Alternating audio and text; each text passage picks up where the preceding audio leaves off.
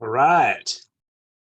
Recording in progress. Let's get the screen share up. Hi, everybody.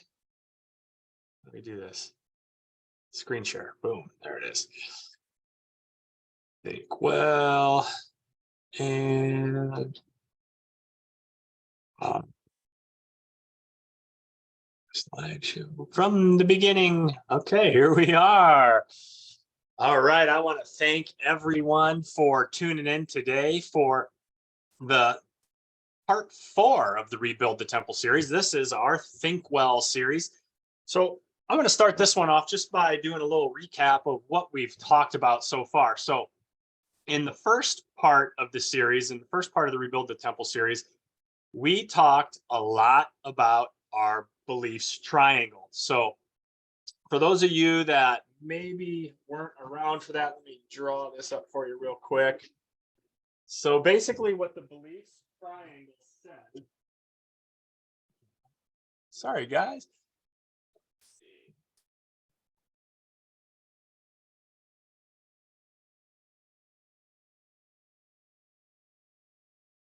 I apologize for this part. There we go. Okay, here we go. Let's draw this baby up. So in the beliefs triangle, we talk about how our beliefs are going to dictate our actions, and our actions are going to give us our results. So we have beliefs, actions, results. That triangle looks a little bit like this: belief, actions, and results. Okay. So the whole point of this triangle is to give us a little bit of an exercise that we can work on to help us understand how we're getting the current results that we're getting in our life. Okay.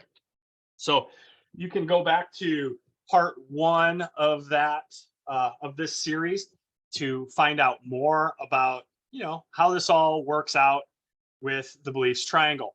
But what we find oftentimes is that people tend to want to focus on changing actions without really clearly identifying the belief behind those actions. And when you take that road, it tends to be more of a temporary, it's more of a temporary solution, or it's just not maintainable. It's hard to maintain certain behaviors if you don't have the belief structures and the values that push you to do those behaviors consistently enough to give you the results that you desire.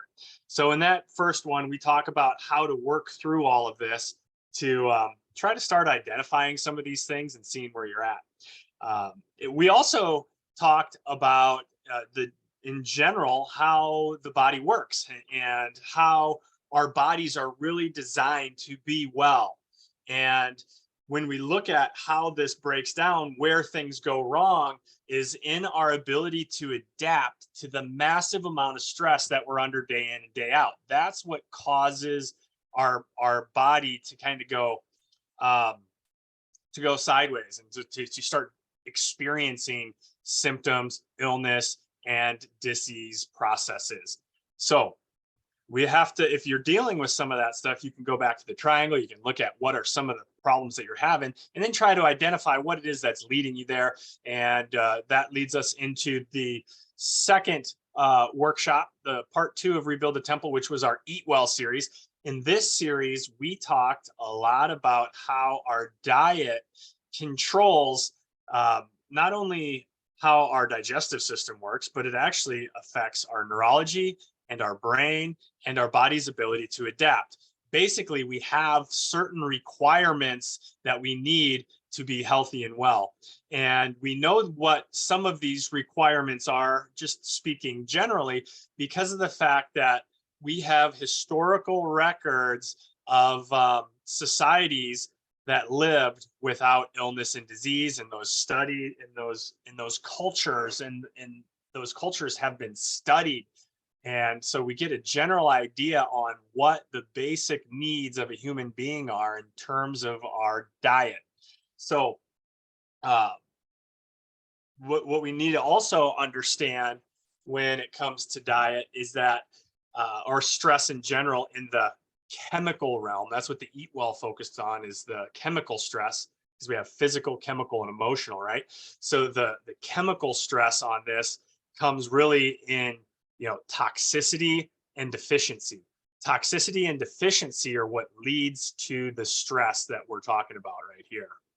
Um, so so then we have that's Eat Well, and then we go into the Move Well. So in Move Well, we talk about physical stressors, and when we look at these stressors, we're also looking at them in terms of toxicity and deficiency versus having a pure and sufficient um, physical movement in the body to fulfill the requirements necessary for our brain to work properly, for our brain to work outside of the stress response, or for our brain to naturally be calmed down through the motion of the body. We talk a little bit about that in the Move Well workshop, that vitamin M movement, how it's a requirement just because our lifestyles are so sedentary as compared to these very healthy civilizations that lived long ago, and still live in some remote areas of our world currently. So something to consider when we're talking about the Move Well portion is that we discuss this concept called, positive and negative body thoughts. Okay. So, and we talk about the relationship, the neurological input to the brain that the brain perceives as, as a healthy, nourishing, sufficient signal that can help calm down the stress response, and open up that prefrontal cortex. So that leads us into today, which is the Think Well portion. So we want to try to look at all three of the eat, move, and think, or the physical, chemical, emotional stress. We want to look at it in terms of purity and sufficiency versus uh, versus deficiency and toxicity. So when we're looking at Think Well, we got to look a lot at the actual stress response that we're under currently. The stress response is extremely important for survival, but the chronic stress response is extremely detrimental to overall health and well-being with an individual as they age and progress through life. So just to show right here, this is a diagram that speaks into it basically what they did was they charted out cardiac deaths from 1973 to 2001. So these are the cardiac incidences that we have. And you can see that certain times of year things are good, and certain times of year, I don't know if you can see my cursor up here, but right around the Christmas and New Year's, those are the two highest peaks that we see happening with cardiac deaths. What we also understand about cardiac deaths is that it has a bigger role to play. The stress response has a bigger role to play in cardiac death than simply like having a clogged artery, for instance. There's been studies shown that the stress load on an individual is going to impact death rates more than the amount of blockages that they have in the heart, because the body is amazing. It's going to form these little micro vessels to kind of reroute blood around some of these blockages in some instances, if the environment is improved. But when we look at this, you can see Christmas and New Year's. So you might think, wow, look at that spike. Pretty much from leading up like late summer, we have a pretty gradual incline. And then right when we get to about where Thanksgiving and those holidays kick in, you can see how this spikes up. Now, there's a lot of reasons for that, but let's think about it from a stress standpoint, from a deficiency and toxicity standpoint. So this is the time of year when we tend to eat a lot more. We tend to eat a lot more sugar. We tend to eat a lot more unhealthy, like, party foods, like what you get when you go together with family members. Also, we create that metabolic derangement that we talked about in Eat Well, where you're actually taking in way more calories than you're burning, because not only are we eating more and we're getting we're having an excess energy intake, but we're also moving less oftentimes, okay? Because we're just sitting around, we're hanging out with family, we're trying to enjoy those moments, but we're getting deficiencies in the movement deficiency in movement, we're getting toxicity in our diet, and maybe a little bit of deficiency as well there. But that also aligned with the fact that holidays are tough for some people. You know, we have a lot of really great memories throughout our lifetimes around the holidays. Most of us, some of us don't, and maybe that's what causes the stress. But some of us have these great memories, and now when we come into it, and especially when we're in our older years, where these cardiac incidences are happening more frequently, you know, as you're, you know, let's say 50 plus, you know, you've been around for 50 years, you've had 50 Christmases, you've celebrated with a lot of really close relatives that may no longer be with you. And so sometimes we can kind of think and reflect on some of that and get kind of sad and stressed out, and deficient with and toxic with some of those negative thoughts that come along with just the time of year that it is. You know, we have less sunshine, it's cooler, so that reduces motion. But then you can see the results of this. So I bring this chart forward to show you guys, simply to let you see the relationship between increased stress and increased disease, in this case, cardiac issues. So what I want to really get through today is the difference between acute versus chronic stress. We want to talk about attitudes that we have in the face of adversity. We want to talk about our 4 limited resource sources. And then throughout the whole thing, we're going to be sprinkling about things that we can do to start changing the way that we think, so that we can create more pure and sufficient internal dialogue, thought processes in our mind and in our subconscious, so that we can be healthier and happier, not only now, but into the future. And that's really the end goal with all of this. So let's just talk about the acute stress response for a second. So what you're seeing here, I'm a big fan. You know, as a kid and even growing up, and still, I'm just fascinated by sharks. You know, if we're I got 4 little boys now, so sometimes we're sitting down watching a nature show, and if there's sharks on there, I'm glued to that TV. I'm fascinated by these gigantic predatorial creatures. But what you're seeing here is a great white shark breaching. And what happens here is these sharks this is off of the coast of South Africa. And this is one of the only places, there's 2 places in the world, I believe, that sharks do this. And one of them is right by, Cape Town, South Africa. There's a narrow channel between the beach and then an island where seals like to go and feed. So these big sharks, they just hide under the water. And as those seals go by, they just rocket up out of the water, bam, and hit these things, right? And, you know, sometimes they get them, sometimes the seal gets away. But what happens instantly, especially if the shark misses or has a near miss on this guy, is that seal goes into a very acute stress response. And what the acute stress response looks like is, first, it's going to understand that there's a threat, right? So it senses the threat, and then immediately, it's more reflexive. You know, the brain isn't even involved. It's the signal hits the spinal cord and then immediately shoots right back out to the adrenal glands. It doesn't even go up to the brain, because that's just too slow, and it might cause death, you know, if you can't respond quick enough. But when we do it, these stress hormones are produced. We have these glucocorticoids, adrenals, noradrenaline, adrenaline, ACTCH. And when we see these things happen, what it does is it immediately raises blood pressure through increasing heart rate. It immediately starts dumping sugar into the bloodstream, dumping fats into the bloodstream, dumping clotting factors into the bloodstream, making that situation so just in case that shark gets a little piece of them, you know, he doesn't bleed to death, right? Because the body's going to have these factors, clotting factors there, right?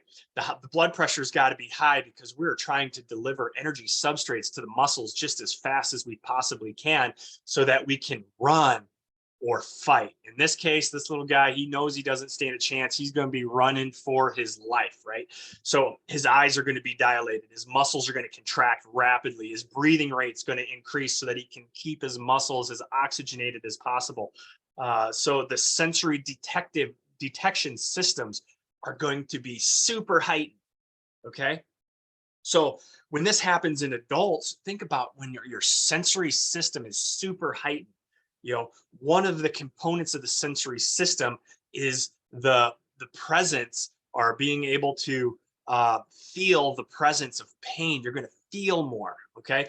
Even if the pain is signal itself is no stronger, it's going to come through to the brain more loud and clear, because that is what it needs to survive. Okay. So focus narrows, vision and hearing sharpens, long-term memories reduce. You know, this guy does not need to remember exactly where on the island he likes to go fishing. He needs to try to figure out, where the heck can I go in this moment, right now, in the next second? What move do I need to make so that I can survive this giant predator? At the same time, that seal, his neurology, his immunology is not concerned about fighting off any kind of, like, cold, flu, any kind of bacterial infections.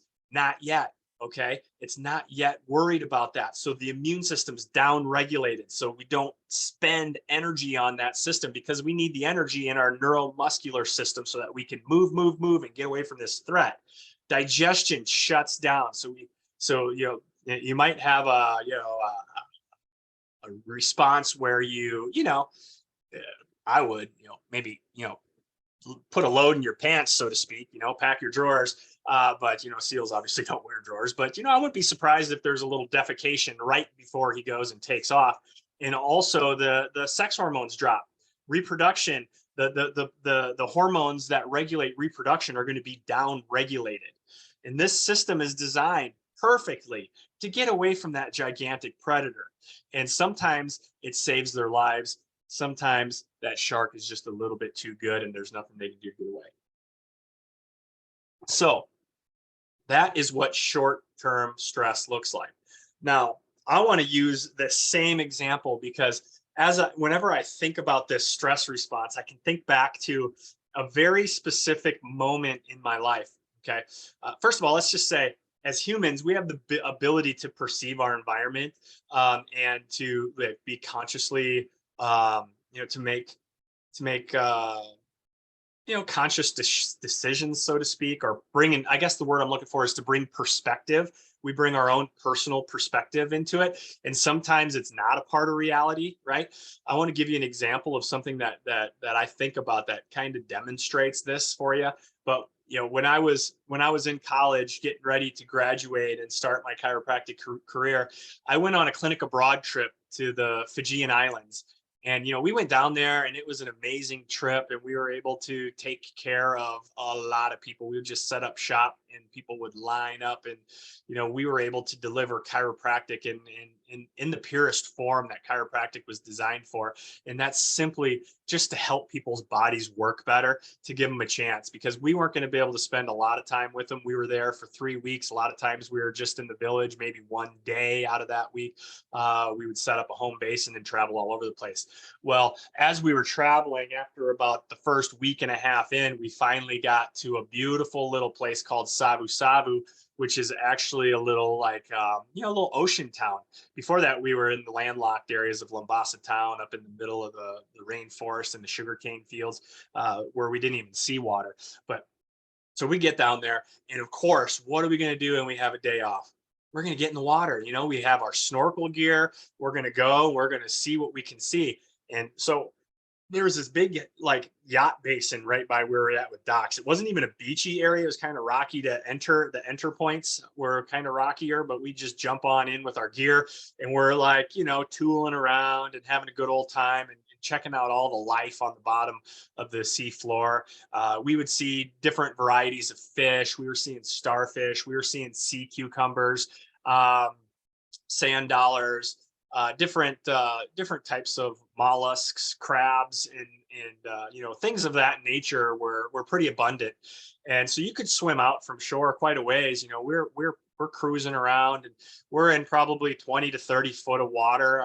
That's just my best estimate. It was deep enough that I had to hold my breath for a minute, minute and a half, sometimes probably 2 minutes, to just get down in that water, tool around, checking things out, coming back up. Well, I was with a group of a few guys when we were doing this, and we decided we wanted to swim across the main channel where all of the yachts came in, because there was a smaller island over there. It looked like it was a little beachy. We wanted to go check and see what was going on over on that side. So we start swimming over there. And as we're swimming over there, I'm looking down, I can see the sea floor, perfectly fine. And then all at once, it was just like we swam right off the shelf, and it was pitch black. It was dark, it was eerie. And that's all I could picture, was this big shark coming up from the bottom and trying to take me out. And, it didn't really make sense. His food sources weren't there. It wasn't an area where they breach and attack like that. But I'll tell you one thing, my heart got beaten. My blood pressure increased. My eyes dilated. I was super focused. I was super focused on what was below me. And every now and then I'd look up to see how much further I had to go. And I got about a quarter of the way across before my brain just screamed, stop, and turn around and go back. So I turned around and I just swam back as fast as I could. And, picturing the whole time that I was in a major danger situation just because of the unknown that was beneath me. And of course, this was all made up. There was probably no danger at all to worry about. And realistically, I could probably still see down a long way. It was just super deep. So I couldn't tell. My depth perception was off. And it just, like I said, it freaked me out. So I had this acute stress response. And fortunately enough for me, when I got back up over top of the shelf and I sit down and I'm, back to, cruising the parts of the water that I had already been cruising, I started to calm down and feel more comfortable again, because I had survived the perceived threat. There wasn't even an actual threat in that instance, but that's what happened. So I was able to come out of that stress response. Excuse me. And this happens all the time in life, where we create these environments or these situations. Sorry. Where our creativity, our brain, creates these scenarios that may or may not even be true, that elicit a stress response. And that stress response leads us to the chronic stress response. And you know what the chronic stress response does to the body? The way that it works, the chronic stress response works the exact same way as the acute stress response. The only difference is that we're bombarded in today's society with constant stress, right? So as soon as one stressor leaves us, another one hits us, or sometimes it's the same thing. So let's think about some of these chronic stressors that we're dealing with. Some of it is, lack of sleep. We live super busy lifestyles, super busy schedules. With me, I got 4 kids. We're running all over the place right now. So you got, time management stressors. You have dietary will lead into this. Absolutely. Dietary stress can lead to chronic stress, right? If we have a chronically poor diet, it's going to push this chronic stress response. Same with movement. Okay. But let's get back into the emotional realm of things. Money, the bills, if you can't pay a bill, is that just a one-time thing, or is sometimes that more of a reoccurring thing, right? The amount of debt, all this worry and desperation that we tend to feel day in and day out is spiking this chronic stress response.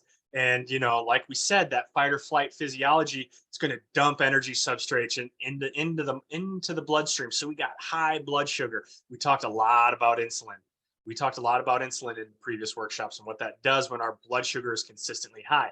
So we got high blood pressure, heart rate. Now, what does this sound like? Increased clotting factors. Does this sound like maybe it could lead to cardiovascular disease, which is the leading cause of death right now in the United States, cardiovascular disease, followed secondly by cancer, which is the second leading cause of death so far right now, followed by the third leading cause of death, which is actually medication.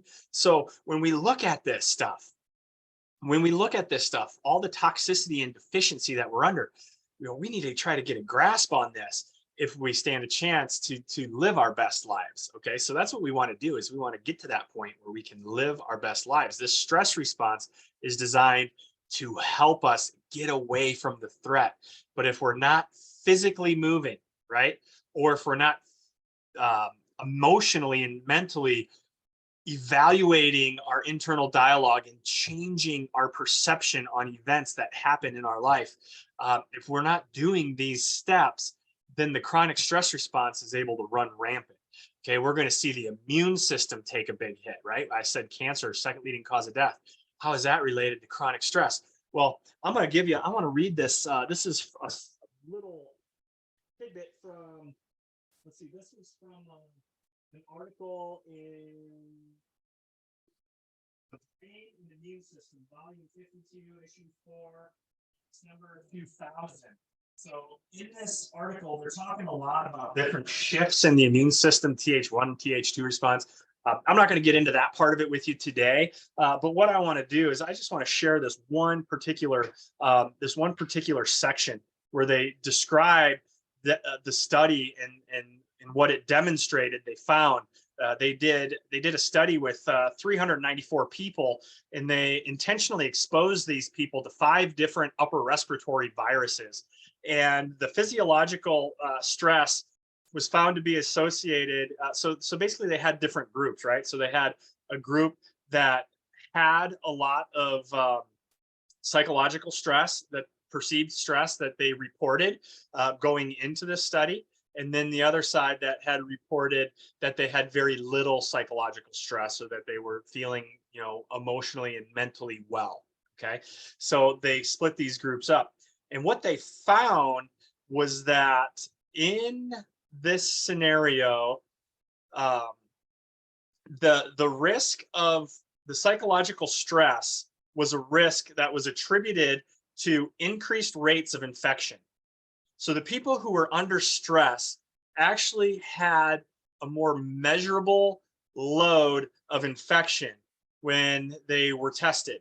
Okay, so this level of infection was actually independent to the actual symptomatology of an individual. But here, let me read it to you. So the risk was attributed to increased rates of infection rather than an increased frequency of symptoms after infection. Thus, stress hormones like the catecholamines and glucocorticoids, through their selective inhibition of cellular immunity, which we just talked about earlier here in this part, may play substantial roles in the increased risk of an individual to get acute respiratory infections caused by common cold viruses. So, if we just consider this for a second, and then consider the debacle of the COVID-19 response, and how everything, we were flashed up in TV screens over and over again every single day. They did, it started off by doing, how many people, infection numbers, right? They're doing infection numbers, and then they're doing death counts, and they're throwing this out. And then, when you really start digging into it, which I had to, because, I'm in this health and wellness field, I needed to know what was going on so that I could make the right decision for myself, my family, and so that I could be a leader for my patients that were coming into the office in terms of how to deal with this type of a thing. So not only are they bringing all this fear, everything, all the communication was due to fear, which automatically is going to make you more susceptible to this type of a virus. Okay, so it's going to increase the spread of it. Now, this is documented, right? So the scientists that were at the top, that were given the information, they should have known this stuff. But at any rate, that's the path that we went. So then, then they locked us down, so not able to get out and move. Some people were getting fines for going out for walks, during these lockdowns that had taken place. So you see how the stress response may be correlated. So maybe we would have been able to save a heck of a lot of lives if people just would have known this information on how to deal and manage with stress effectively, and how to build a stronger, healthier body, so that there's just not room for those disease processes to last, right? Strong, resilient body is always the best option when it comes to living a long, healthy life. So sustained adaptive physiology has been coined. The word coined for that is allostasis. And essentially what that means is your body sets new normal levels. Okay. So after you're under the chronic stress response, for instance, for a long period of time, you may see your blood pressure, your normal blood pressure rate go from like 115 over say 70, you might see that jump up to 145 over 80 or 90. Now that's your normal. Okay. That's your normal for this. That's what allostasis does. But when we have this sustained adaptive physiology that includes elevated stress hormones such as cortisol, insulin, neuropeptide Y, the metabolic derangement that happens, the body starts storing that fat. We start seeing these AGEs is what they're called, advanced glycosylated end products, basically just creating this sugary sludge in our bloodstream that creates systemic inflammation. And really what systemic inflammation does is it fires the nerves in your body called nociception. Those are unmyelinated nerves. Those are input nerves. The brain receives nociceptive signals. But what it is, in the way that we like to describe it, is a negative body thought. Okay. It's a noxious stimulus. It's a subconscious stressor that the brain is made aware of, because the brain really does not ever distinguish between a mental stressor, a physical stressor, a chemical stressor. It all responds the same way. It responds in this stress response mode. Okay. And it can have this altered gene expression that allows us to express more disease and more illness. That's the whole concept of epigenetics that we talked about in some of these other workshops that we did. So this is where we're at. This is where our aging population is at, especially our aging population that is dealing with chronic disease processes. Almost every single chronic disease process is tied in to some degree, if not entirely, to the chronic stress response. So where does the stress come from? We just talked about it over and over again, but how you eat, move, and how you think is the key. So when you create purity and sufficiency in how you eat and how you move and how you think, then your body is able to express itself to its health potential. Okay. The good news from this is that if you are struggling right now, if you have ill health, if you're dealing with chronic degenerative health issues, or maybe if you're young and you're just starting to see the signs of these chronic degenerative health issues, you want some good, encouraging news? Here it is. You're not broken. Your body's not broken.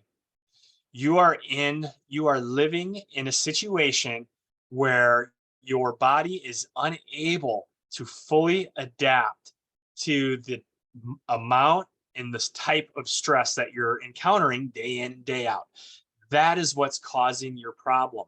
Deficiency and toxicity in movement, in food, and in thoughts. So let's go a little bit deeper. We have essential nutrients, essential elements. So the essential elements, so we think about this maybe with nutrition, we can think about the essential elements as being, your certain vitamins and minerals that are required for the body to actually function properly. Maybe some of those macro elements like your carbs, proteins, and fats, right? If you cut out carbs, proteins, and fats, you're going to be dangerously deficient in a short period of time. But these essential elements I want you to think about are required for the body. And we have them in the chemical realm. We have them in the physical realm, right? The eat well, the move well realm, these essential elements, and then obviously in the think well. So if you have these elements, if they're being produced in abundance regularly, you have the greatest chance of full expression of health. And if you can remember, disease does not exist in when you're 100% healthy. Okay. When you're 100% healthy, it pushes that out. Remember, we used the example of if you were in a dark room, look at that as being the symptoms or the sickness or the disease process, that darkness, right? And if you want to get rid of that particular symptom of darkness, the best way to do it is to flood that room with light. Okay. So light is the abundance. That's what we need. All right. And if you're not getting it, then you're simply deficient. So think about how the people around us can contribute to whether we're experiencing abundance or whether we're experiencing deficiency. And also, you know, a lot of this is on us too. But I like to think of it in terms of, you know, if let's say, you know, you're in your teenage years, you're in your 20s, you're maybe just a little bit immature yet. You know, kids are mean, right? Even elementary, junior high kids, you know, that's always fun to make fun of someone. For example, you know, your buddy falls down, or maybe someone you don't know, you like, you know, you point and you laugh at them and you make fun of them for it, or, you know, something like that. Sometimes it can be perceived as light and fun and actually help that person get over the fact that they fell. But sometimes it can create more of a chronic internal dialogue thought process, you know, like, you know, I'm all by myself, nobody's here for me, I got to do everything alone, you know, things like that. But think about this in terms of, you know, when you were raising a baby. Whenever I think about this aspect of it, I remember back to when my kids started learning to walk. And I like to pick on my oldest son, Blake, a little bit when it comes to this, because he was a bit of a late walker. Some of it was that he was, you know, super content, amazing little content little baby. Started crawling a little bit later, about 10 months, started crawling. He did that very well for 6 months before he decided at 14 months that it's time to get up and walk. Now, granted, Blake, he had a massive head. So Blake, I know you're going to watch this, but I'm sorry you did. You had a massive head, and that's okay. We still love you, and you grew into your head, and now it looks normal. Just kidding. So, but when Blake was starting to walk, or a baby is starting to walk, you don't see the parents just sitting there pointing and laughing and discouraging them and telling them that, you know, you can't do this, right? You can't walk. You suck at walking. You know, why don't you go learn how to walk? Right? Instead, you're encouraging him. You see him take that one step and fall, and you're like, yeah, buddy, you did it. You took that step. All right, good job. And then he gets up and he tries it again, and now he's got 2 steps and he falls, and you're like, it's okay, get up, let's go, try it again. You're so close. Come to daddy. Come on, come here. You're so close. You can do it. And then, you know, you encourage them every step of the way until finally they figure it out. That is creating abundance of this essential element. Now, on the flip side of this, let's just say, you know, I'll give you an example. For me, right now, I'm going through a process to where I've been, you know, since I started diving back in and getting this rebuild the temple, I started really focusing on what requirements my body needs. So I've been really focusing on purity and sufficiency, and, you know, creating an environment for my body to be healthier. And I can tell you that it, it's not normal. It's not normal. And that's okay. I don't want to be normal. I don't want to be normal. I want to be healthy. I want to be well. I see what normal looks like. I see how sick normal is. But my point is that, you know, I'll go to like a party or a get together. And right now, you know, I'm not eating any kind of grains or sugars. I'm not drinking any alcohol or anything like that. And I can tell you that, you know, people are discouraging with their words. You know, for people who are trying healthy behaviors, who are trying to improve themselves, there's more discouragement coming from society than encouragement to do so. Right? We're seen as maybe, you know, Puritans or zealots, or but the reality of it is that, you know, we're just trying to get better, you know, and if we can get better, we can eventually help the people around us get better too. You know, our society right now, we're in a scenario where, you know, there's a lot of complaints going on about, like, you know, the way our government's handling things. I've been guilty of complaining about this too. And, you know, we think that maybe the solution is to just get smarter, better people in charge. But you know, the reality of it is that we live in a country in the United States of America that's supposed to be for the people, by the people. So what that means is that our government might just be a reflection on our society. Okay, because if people were living pure and sufficient lifestyles in the eat well, move well, think well realm, and we were all healthy and living in abundance, then the stuff that's happening nowadays, it would not be allowed. It simply would not be allowed, and it would just fall away because there'd be no place for it in society. So I bring this up because when we look at our beliefs triangle, it's clear that advertisements have played in media and yeah, basically advertisements and media and it has really done a lot to mold our belief systems. And our belief systems are not congruent with the actions that are with the results that we want to have. They're not congruent with the results we want to have. So those belief systems are wrong. Okay, they're effective. They're effective in selling more medication. They're effective in selling more junk food. You look at everything, is brought to you by Pfizer. I don't want to sit here and necessarily dog on the medical community and these pharmaceutical companies for everything they've done. They've sure brought some good into this world. I believe they've improved the way that we're able to save lives and extend lives and allow people to survive long enough for bodies to heal in emergency situations. We've done really good with that. But when you look at, for instance, the pharmaceutical boards, they've told their shareholders, this is back in 2006, I remember reading, I can't remember which particular one it was, but the pharmaceutical industry was telling their shareholders that their goal, what they wanted to accomplish, was to have everyone on medication. Okay.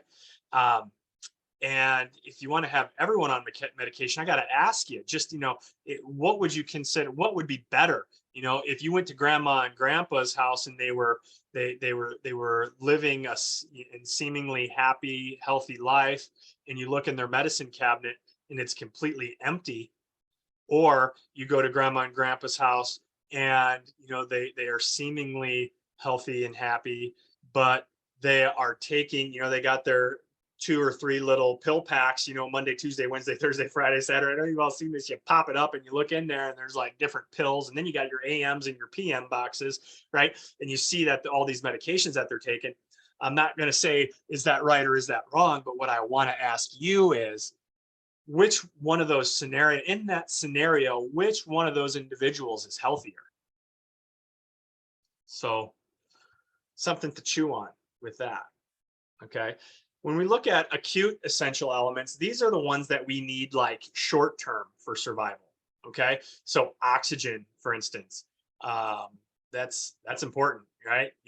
After what, maybe 10, 15 minutes of not having any oxygen, there's some major damage going on. You might not make it, right? Then you got water. How long can you go without water? You got another essential element is like food, right? We need these energy substrates to maintain our bodies. You just simply cannot survive on oxygen and water alone. You need food, you need nourishment, right? These are acute essential elements. Now the difference is on the other side of that, we have more of the latent essential elements. When it comes to our mental states, these latent essential elements aren't necessarily critical for life and death, but what they're critical for is health and abundance. Okay, so under latent essential elements, we have our connection, acceptance, respect, unconditional love, this feeling that you have control and influence in your own life. You get to chart out your path and you get to walk it, right? We need to walk our path. Now, toxicity, these are elements that are innately poisonous. So when we have these elements in and around us, then when toxicity develops, then our body moves into this adaptive physiology, right?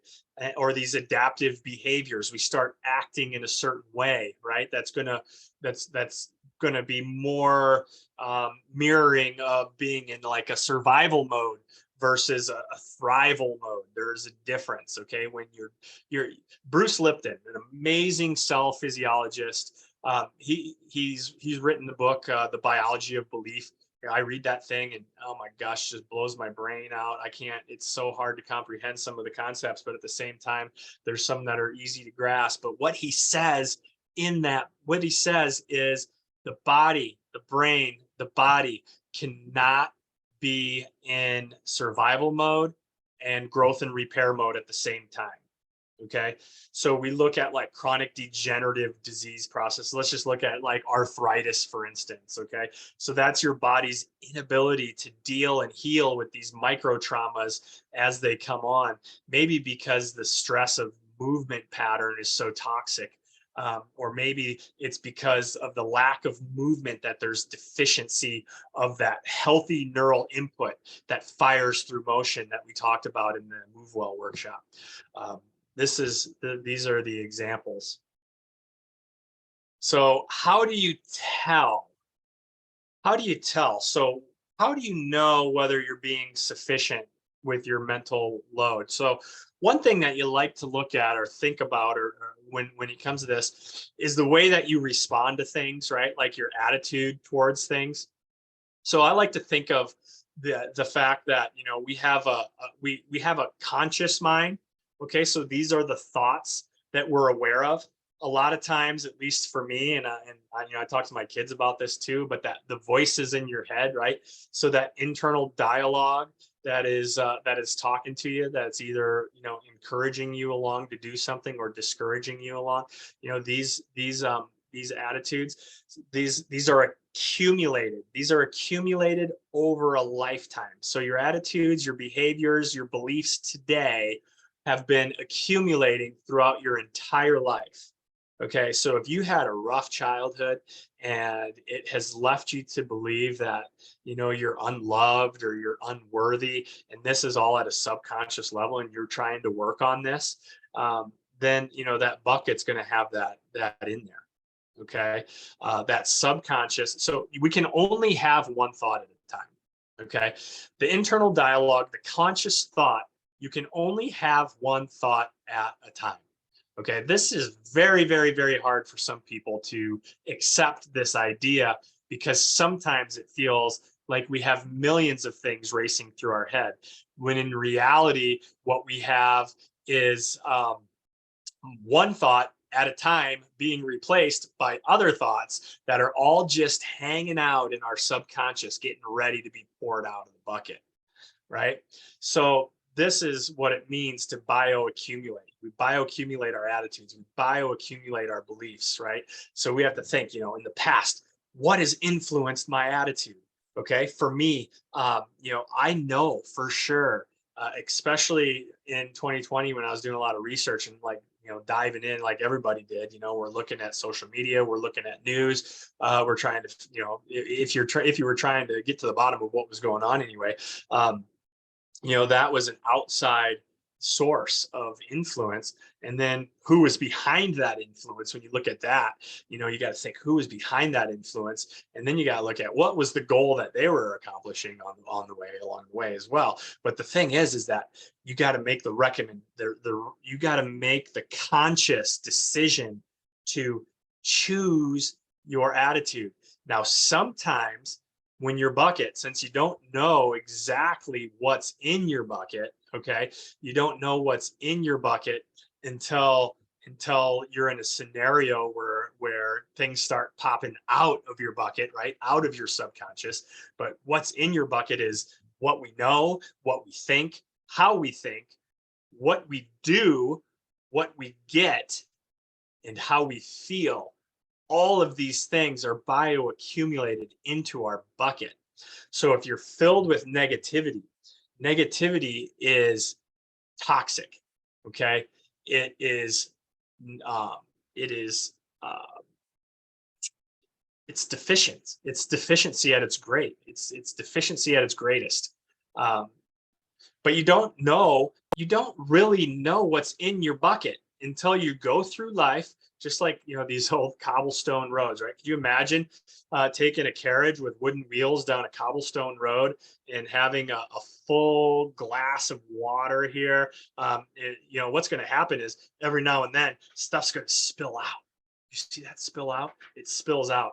And that is when that spills out, how that shows up is, you know, maybe it spills out your mouth, right? So are you speaking negativity? Are you speaking in a way that is against our innate values, okay, or our belief system. So you can't really change your values, but it's very important to identify them. You can change your belief systems, but this takes a lot of work. And the way that you do that is by looking at your results and then backtracking that to your actions, and then understanding the beliefs that led to those particular actions, right? So the beliefs that lead to the actions that give you the results. Okay, we've talked about this a couple of times now, but if you want to change this, then you can start by changing this and this at the same time, but by getting results to reinforce the beliefs. A lot of times, the reason that just trying to change behaviors doesn't work is because it's not sustainable long term if your beliefs aren't in alignment. Okay, so what happens is you think, okay, well, I got the fat gene, for instance. I just pick on this one because it's easy. I mean, you can see people who are carrying extra weight around, but a lot, and we've been taught from a societal standpoint that a lot of it, that it's 100% due to our genetics, right? It's just the way that it's supposed to be. So because of that, you don't necessarily pay as much attention to the beliefs, and then to the actions, and you go back to the beliefs. You're like, yep, see, everything I do, it just leads to that. But anyway, if you want to change that, then what you have to do is you have to re-identify your beliefs and understand that, hey, you were born to be well, you were born to be healthy and happy, and that your normal body composition. There's varying degrees of metabolisms, like I spoke of in the past. There's certain metabolisms that are designed to just burn up everything. These are the people that eat, and they don't really gain the weight, right? And then there's other people that don't have to have a whole lot of excess, and their body immediately stores. Okay, so these are different like morphologies that our bodies have. Then there's mixes between them. But anyway, you got to stick with the action long enough. You got to stick with the healthy action long enough to see the results. And then that way you can confirm, oh my gosh, my beliefs, look at it. If I do this, I can lose that weight. It does come off. It's, this is how crazy the world that we live in. When you're eating healthy and you're doing what you're supposed to do, when you're giving your body exactly what it needs, we call it dieting. Okay. Instead of our normal eating habits, right? It's called dieting. And, dieting has a lot of negative connotation, well, mainly because there's a million different diets out there that we talked about. But anyway, moving on with that. So this is all what bioaccumulates in our bucket.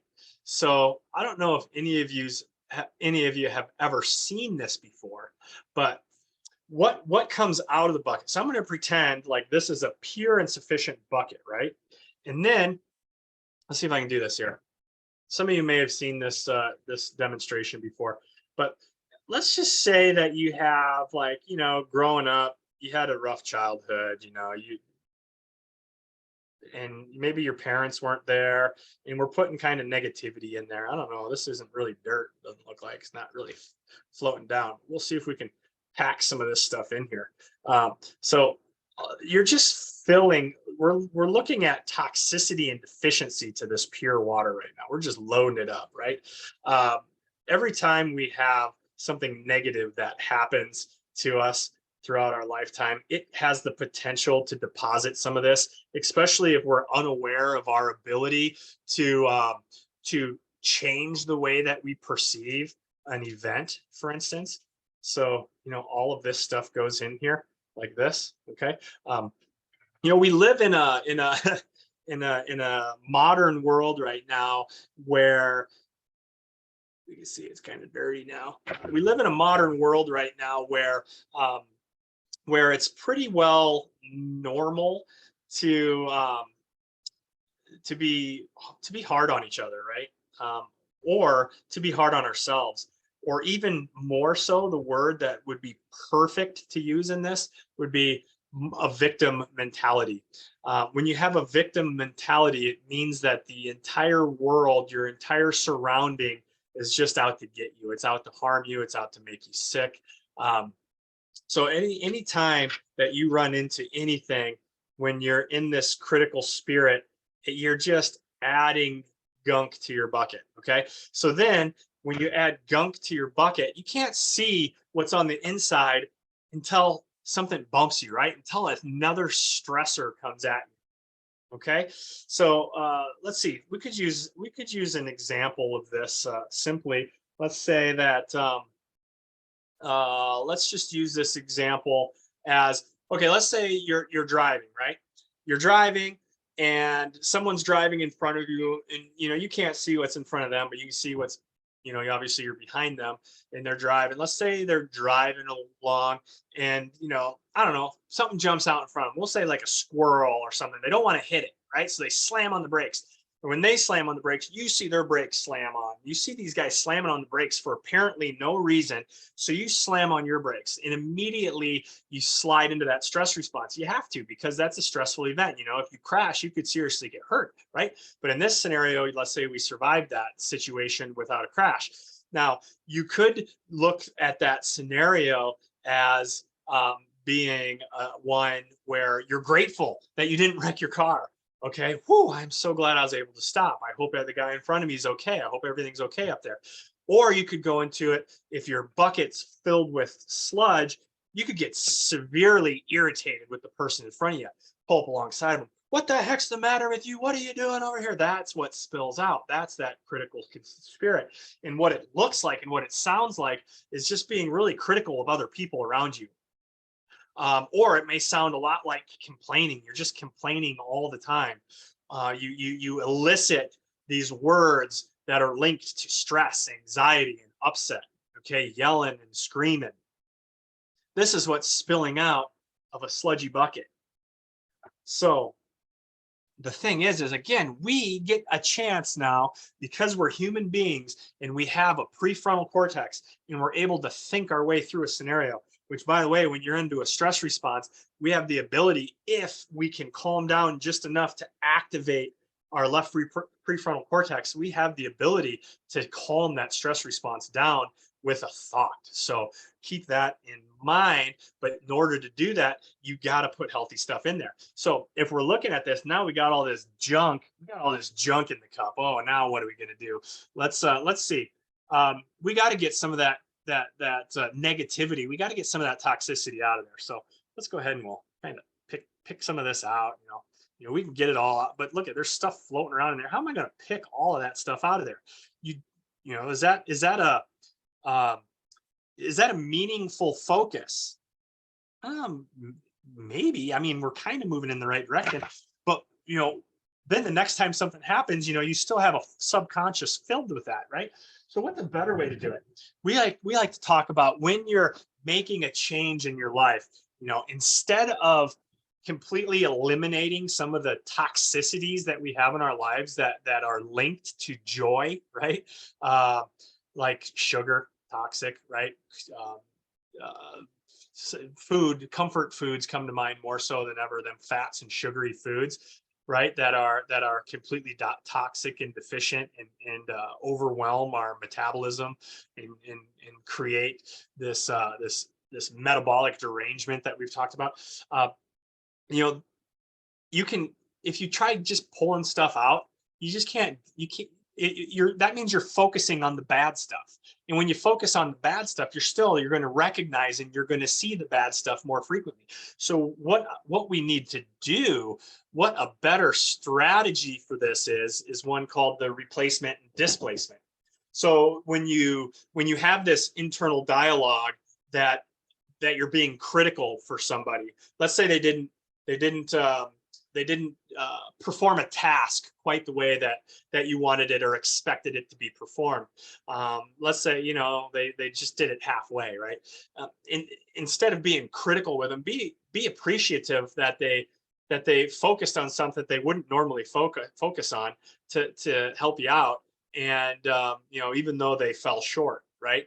So understand that you can flip that switch, and you can start dumping in like appreciation and gratitude, right? For the complainers, you can replace that with gratitude. You fill it with gratitude. There's strategies. You can do gratitude journals. You can get up every morning and just think about what you're grateful for. Or you can set a timer on your phone and on your watch, and moment by moment throughout the day, have this timer go off. And in that moment, look in your environment, and just think about something in that environment that you're grateful for. And every time that you add that, look at this is pure and sufficient. Every time that you add purity and sufficiency, what starts happening is that yucky stuff starts falling out. Okay. It starts coming out of there. It comes out of the cup. And then eventually, as you go more and more and more, we can see it clearing up. It's getting better and better and better. And it's a lifelong journey. So we want to constantly be putting in gratitude. We want to constantly be putting in appreciation in these things, so that our life experience, our perception, is a perception that provides us with the sufficiency and purity of thought and emotions that's going to allow us to live life with less stress. It's hard for sure. It's hard to do, especially if your bucket is filled with discouragement, if your bucket is filled with toxicity and hate and critical thoughts. It can be very hard to change that. But if you can figure out strategies to focus on how you can improve, right? We've seen this, we've seen the results of this in certain people that, if you've ever had like a expert witness, right? If you have more than one or two witnesses, let's say of an accident, for instance, and you go around and you interview them and you get the most details out of them as possible, there's going to be a couple of stories in there that really don't quite match up with stories that you've seen, because our perception is not really based upon what we're seeing.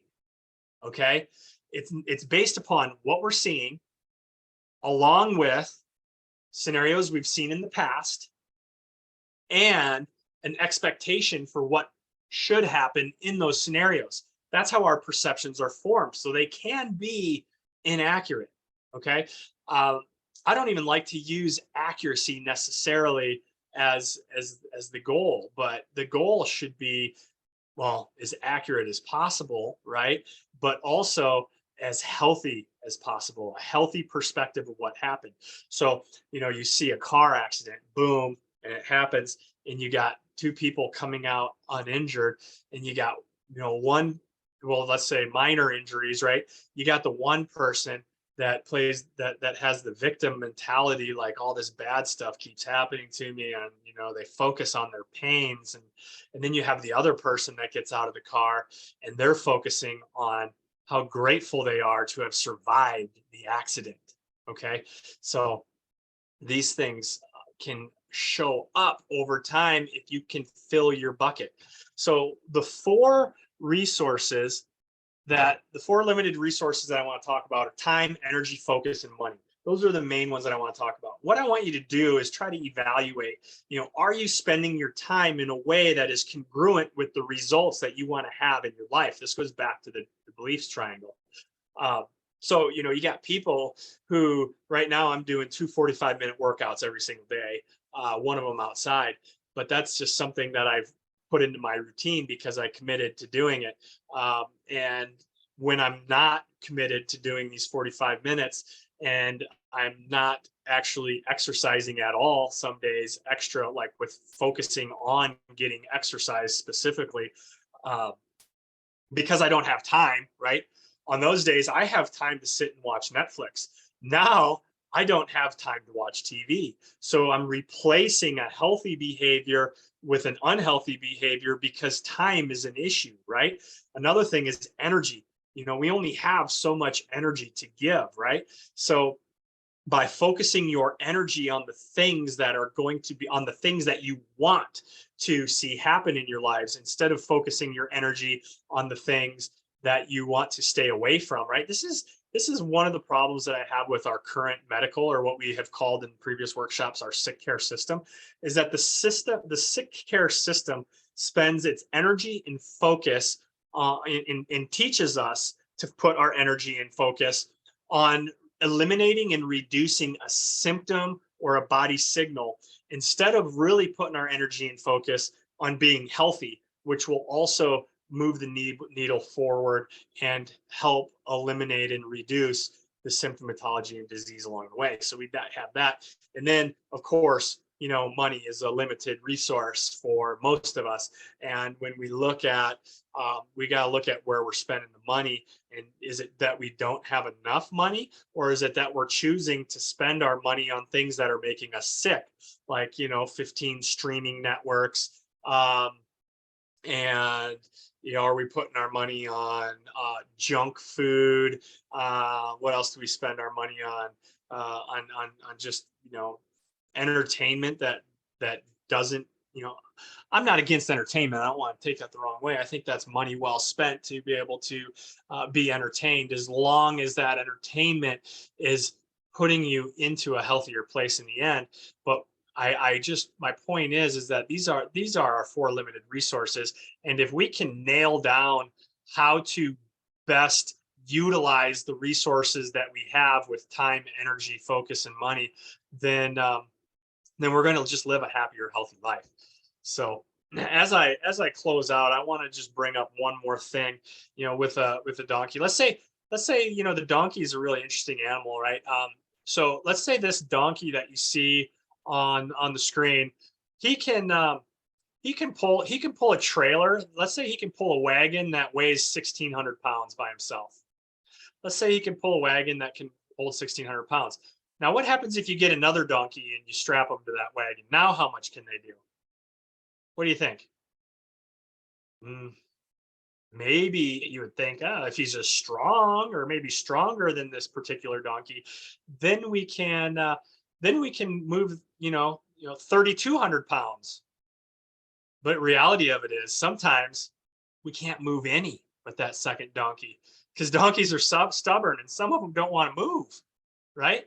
So be aware of who you're spending the most of your time with, and spend it with someone who wants you to see you and encourage you move into the best version of yourself, so that you can live a life that is happy, healthy, and abundant. And the last message I want to leave with you today is that, you know, if you have any thoughts, questions, concerns, if you want to dive deeper into this eat well, move well, think well thought process, then, you know, and you don't know how, just look us up. We can direct you to the resources that we've already created with these webinars that are recorded. We can also answer questions. We're very accessible to the people in our community, because we just really, Dr. Jenny and I, we just have this strong desire to see people do well, to do well in life. So, you know, we're on your team. You got your cheerleader. We can help you along the way. So, other than that, everyone, I love and appreciate you. Thank you for coming along on this 4-part journey. If this is the first one you saw, then please just, you know, start at the beginning, work your way through it, and do the beliefs triangles. Do them on a regular basis. This is something that I started doing in 2009, and my life has changed drastically in terms of the way that my brain works, and my perception, and my ability to make decisions that are going to help improve my quality of life. So I would like the same to happen for you. Otherwise, everyone, have a wonderful day, and I look forward to seeing you soon. Bye.